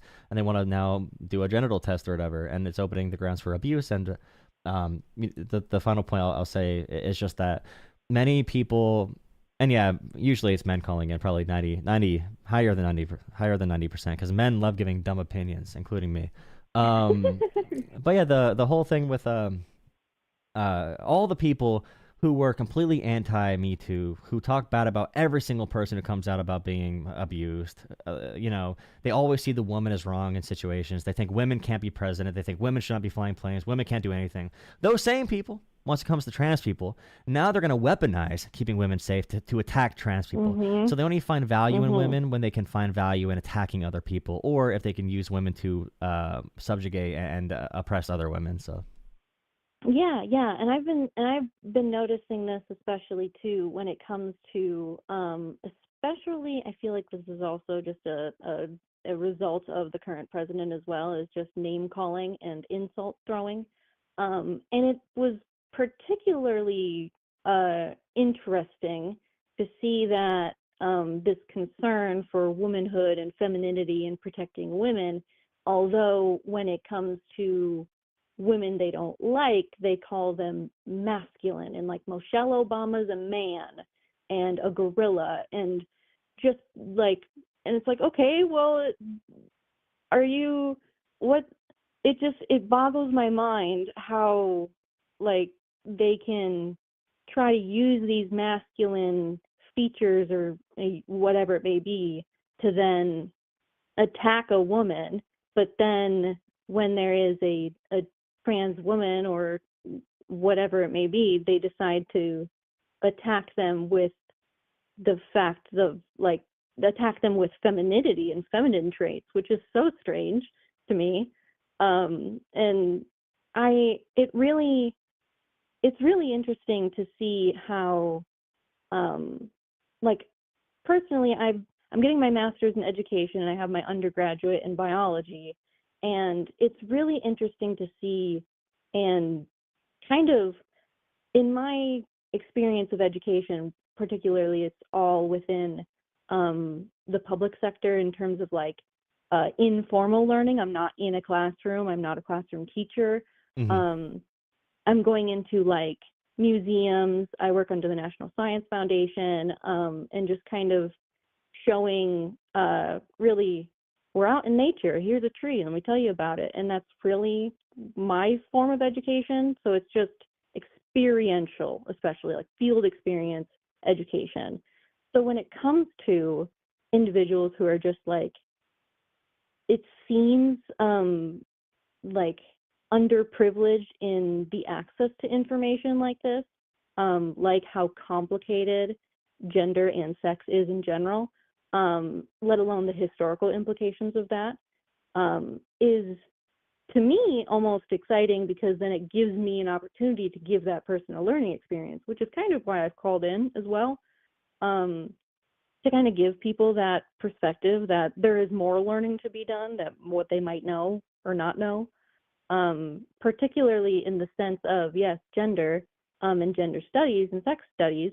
I will mention, hopefully most of your viewers are aware of the very large and cinematic, I'd say, almost, Nazi book burning that was portrayed in the Indiana Jones movie and all these other images that you see, where I don't believe that many people are aware that a lot of those books came from, I cannot pronounce it in German, but the Institute for Sexual Science over there in Germany back at that time. And there's an image of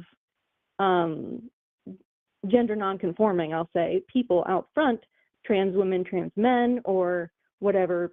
I can't ask them exactly what they were, portraying themselves as, but they existed back then. And of course, they were being targeted by the Nazis, and all of their information and their studies have been destroyed.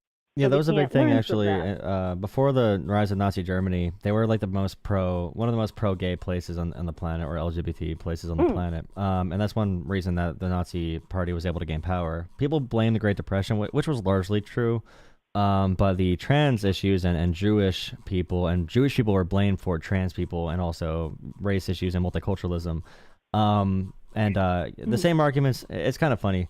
The KKK made those arguments too. They wanted to ban books and make English the only language in America. They said America first. The same arguments that J.D. Vance makes, for example, like multiculturalism's killing countries, and we need to make sure to have a more homogenous society that focuses on America first. Those are the same exact words of the KKK, and it's scary when they become more repackaged. And even something on sex education in general, they keep on saying like, "Oh, you want to teach kids how to have sex and sexualize them?" Like, no, in fact.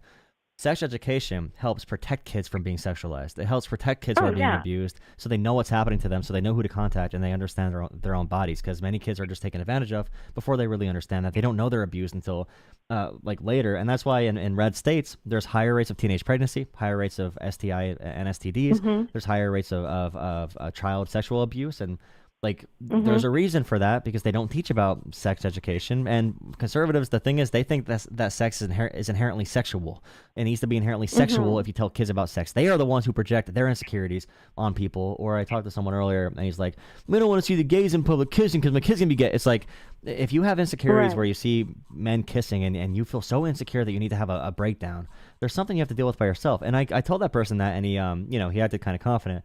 But then I saw now, I just checked, he left me like 5 voicemails after talking about sexuality and your sex being your own business. So for people who were watching this entire night, that same person from like the beginning who told me about like, oh, I don't want to see the gays kiss him. The same person who I said, hey, you might be gay, pretty much. You might be gay if you're having these thoughts. You might want to explore that because you're insecure about it. Obviously a joke to point at his hypocrisy. That same person sent me multiple minute-long voicemails talking about your sex is your own business. No one wants to see it. Your sexuality is your problem, not mine. He sent me he's so insecure about that. Because a lot of these conservatives are closeted gay men, by the way. I don't know if you've seen Josh Hawley and Mike Johnson, but the grinder. Lindsey Graham, yep, I'm not saying they are. I'm not homophobic, but I'm just saying a lot of them a lot of them are, and they're hiding it. So I appreciate my voice just cracked. I'm gonna get flamed. Oh yeah, but thank you for the call. I wanna whatever you wanna end on. Yeah. I guess most of it is really, again, nothing in science and biology is 100%. There's so much exceptions. There's so beyond many exceptions that even I can't tell people.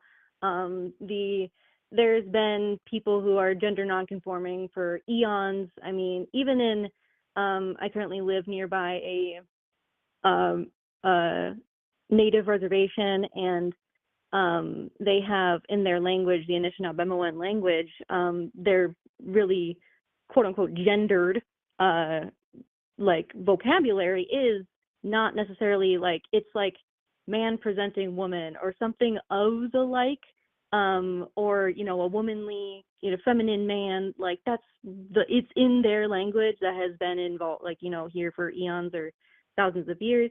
And I mean, of course, in humanity, it's a bit different than like, protandry or protogeny in like frogs or clownfish, which, by the way, in Finding Nemo, because the female died, the dad would have became female, by the way. That's scientifically how that would work in the ecosystem, which is so fun to think of when you're watching the movie.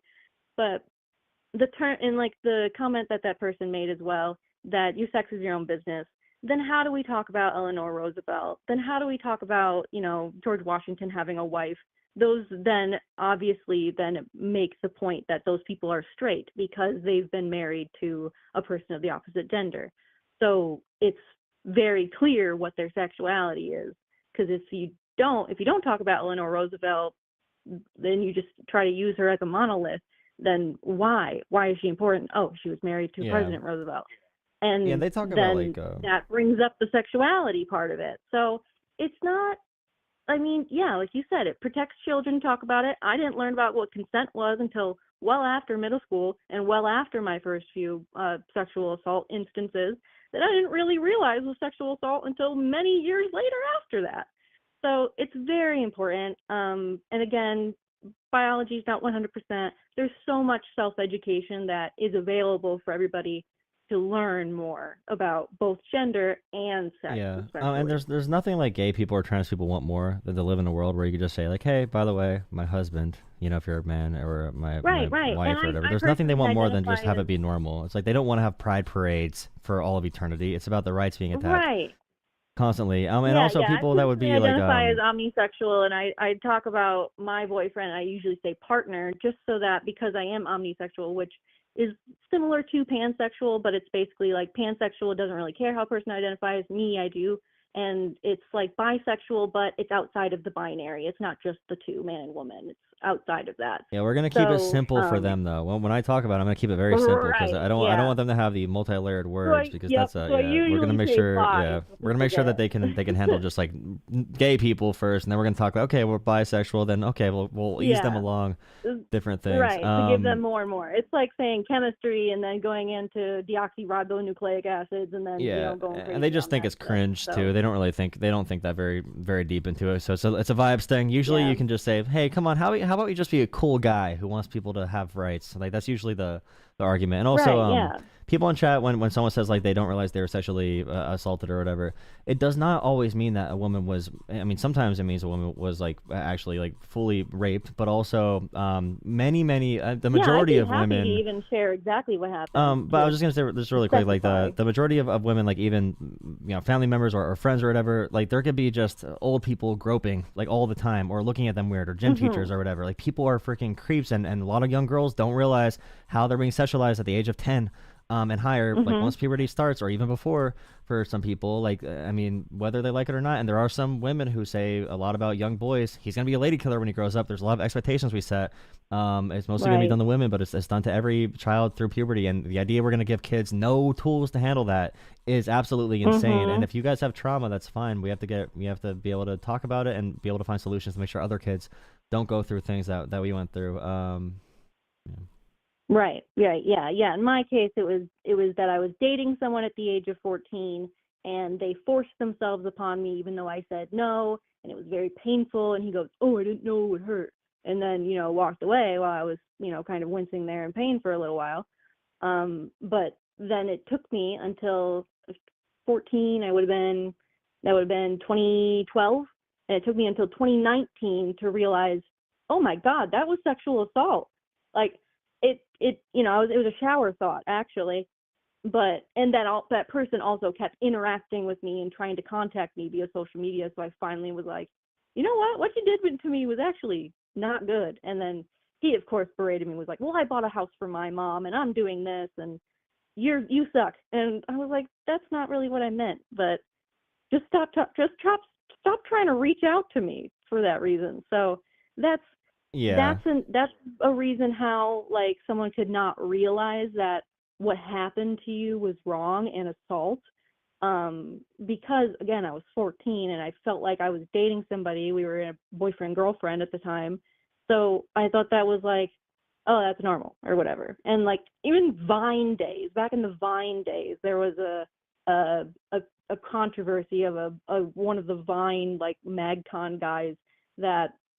This is very old internet, by the way. But he like was trying to pressure his girlfriend into having sex, and everyone was attacking him for it. And it made me realize, oh, I don't have to follow whatever, like, I don't have to do that in order to save the relationship. Like, so sex education in general, gender education in general is more than for just men too. For men, like it. there's a lot of men who don't know what to do in different situations, and they might do something bad, and the shame of being embarrassed also can have them hurt someone, even someone who's not intending to hurt someone or to violate anything.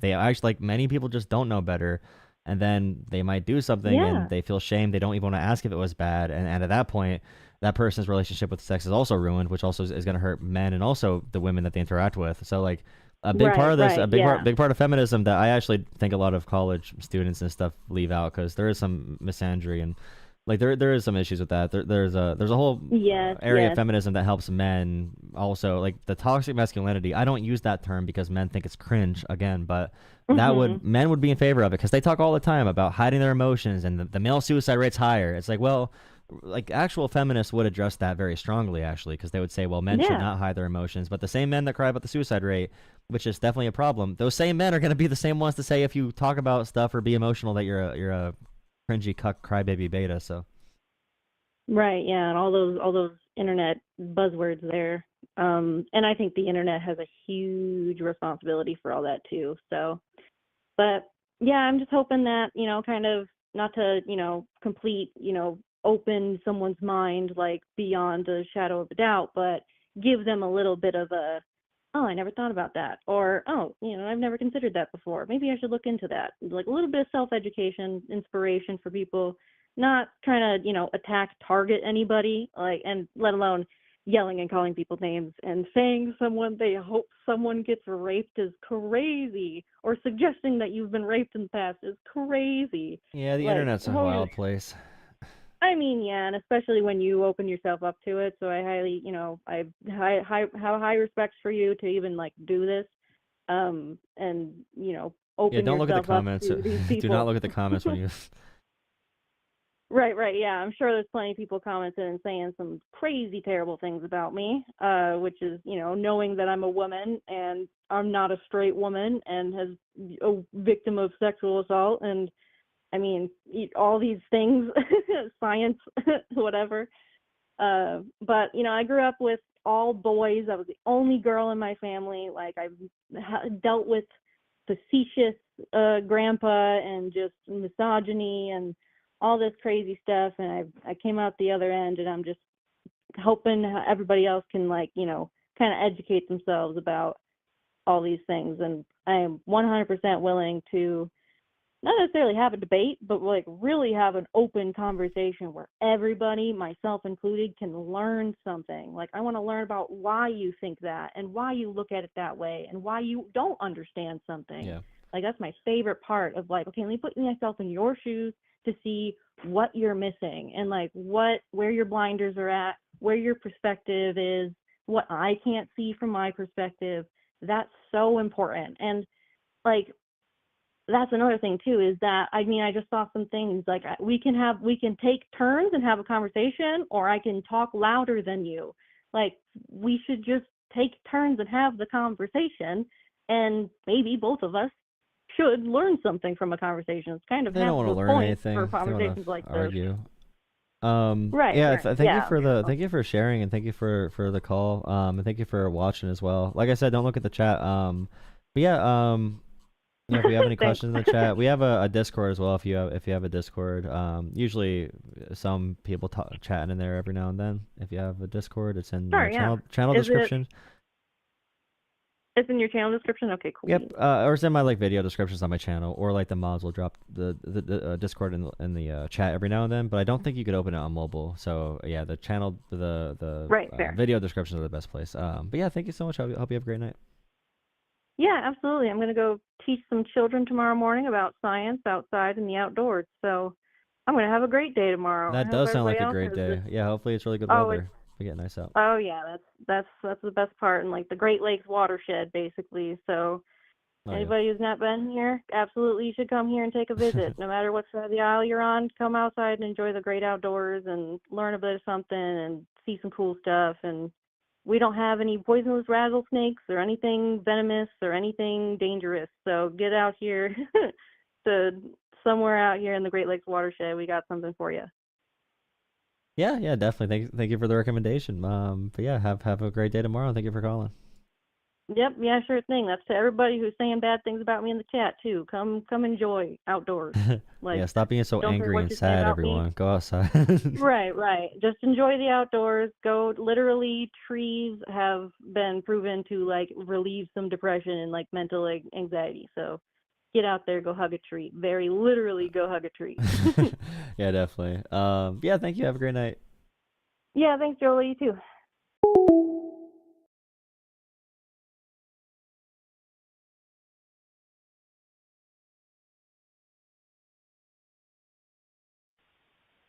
People make interpretations on what you say you are and aren't. The guy's he's still sending me messages about the sex and gender, dude. The same guy, dude. Are you still watching, buddy? Are you still watching? That same guy is still sending me, he sent me so many voicemails. What the hell, buddy? Go have sex with a man already. I obviously hit a chord. I struck a chord. Go be gay already, buddy. Be free. Be free, my friend. Jordan, a member for 2 months. Thank you, Jordan, for being a member for 2 months. I gotta go get my phone charger real quick. The Cult of Kyle is now accepting volunteers. In order to apply, simply contact Kyle in the Discord server. Please simply send Kyle a message in orderly fashion for a kiss of bestowment. Thank you, bestowment. Thank you. Thanks, Jordan. Thank you. Let me get my charger quick. We got a shout out for omnisexual on my channel now, so I lost all my conservative viewers. Okay, I might start another YouTube Shorts. We're having a good growth tonight. Please drop a like and subscribe, guys. I'm gonna make a new YouTube Shorts and relaunch it. See if we get another subscribe or viewer boost. You might be getting that right now.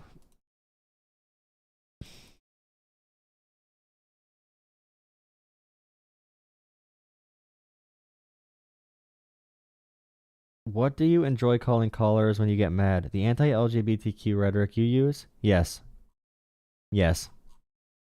And I have enough gays and transes in my Discord server to have an army.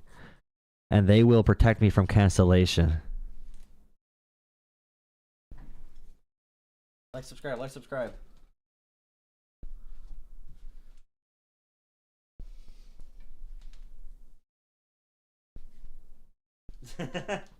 Yes. Thanks, leftover bagel.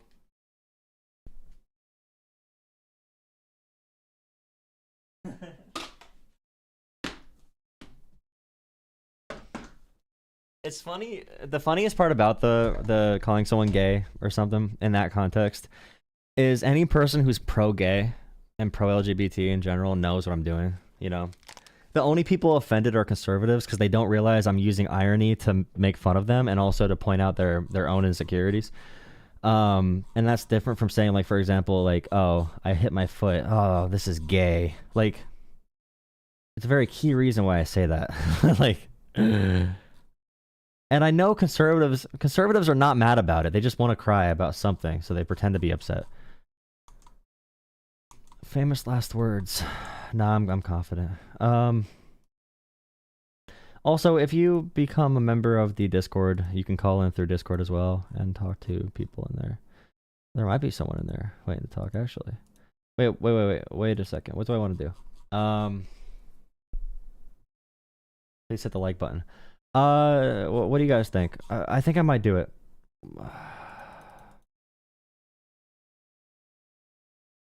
Okay, I feel pretty good about this. I'm gonna do another YouTube Shorts and see if we can get a viewer base. Okay, I'm doing another YouTube Shorts. I'll direct you there. I'll take your call-ins. People calling in right now. I'll take it. Just give me a second. Okay. This should automatically direct you to another YouTube Short. Stream. I'm gonna redo it for the algorithm. My last one for the night. I'll probably go till 1 a.m. taking a few more callers. I see someone in Discord as well. I know I have okay viewers, but you know, I went from 340 to 170, so I'm just trying again because we have an active viewer base right now, so I'm just gonna give it a little try. But yeah, go to the other YouTube Shorts stream. I'm gonna start it right now. Redirect to that one. Thank you guys. Who's this? Okay. If you donated on my phone died on Venmo, Cash App, or PayPal. Jolah Politics. Thank you for all the donations. Appreciate you. Okay, see you at the other YouTube Shorts stream. I'm starting it. See you guys there. Drop likes there. Help me get back in the algorithm. Nice.